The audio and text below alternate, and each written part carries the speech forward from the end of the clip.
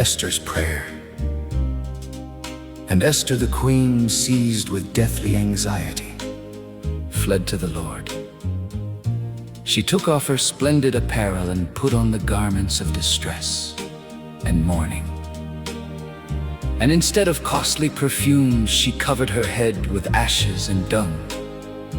And she utterly humbled her body. And every part that she loved to adorn, she covered with her tangled hair.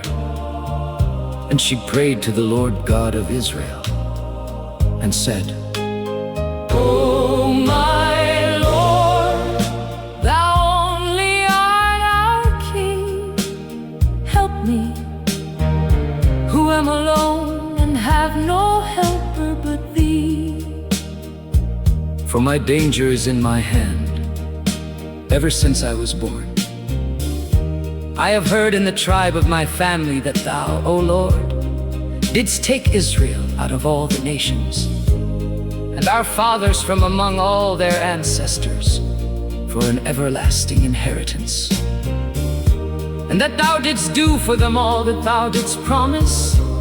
And now we have sinned before thee, and thou hast given us into the hands of our enemies, because we glorify their gods. Thou art righteous, O Lord. And now they are not satisfied that we are in bitter slavery, but they have covenanted with their idols to abolish what thy mouth has ordained, and to destroy thy inheritance, to stop the mouths of those who praise thee, and to quench thy altar and the glory of thy house, to open the mouths of the nations for the praise of vain idols, and to magnify forever a mortal king.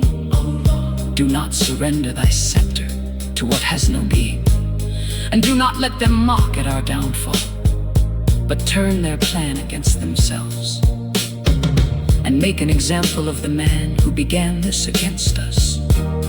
Remember, O Lord, make thyself known in this time of our affliction, and give me courage, O King of the gods and Master of all dominion.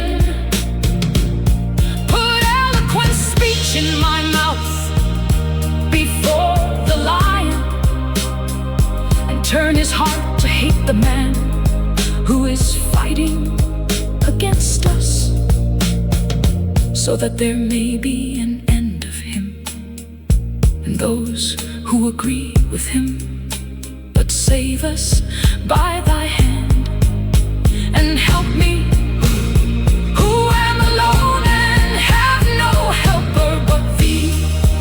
O Lord, thou hast knowledge of all things, and thou knowest that I hate the splendor of the wicked, and abhor the bed of the uncircumcised, and of any alien. Thou knowest my necessity, that I abhor the sign of my proud position, which is upon my head on the days when I appear in public. I abhor it like a menstruous rag, and I do not wear it on the days when I am at leisure. And thy servant has not eaten at Haman's table, and I have not honored the king's feast, or drunk the wine of the libations. Thy servant has had no joy since the day that I was brought here until now, except in thee. O Lord God of Abraham, O God, whose might is over all, hear the voice of the despairing, and save us from the hands of evildoers, and save me from my fear.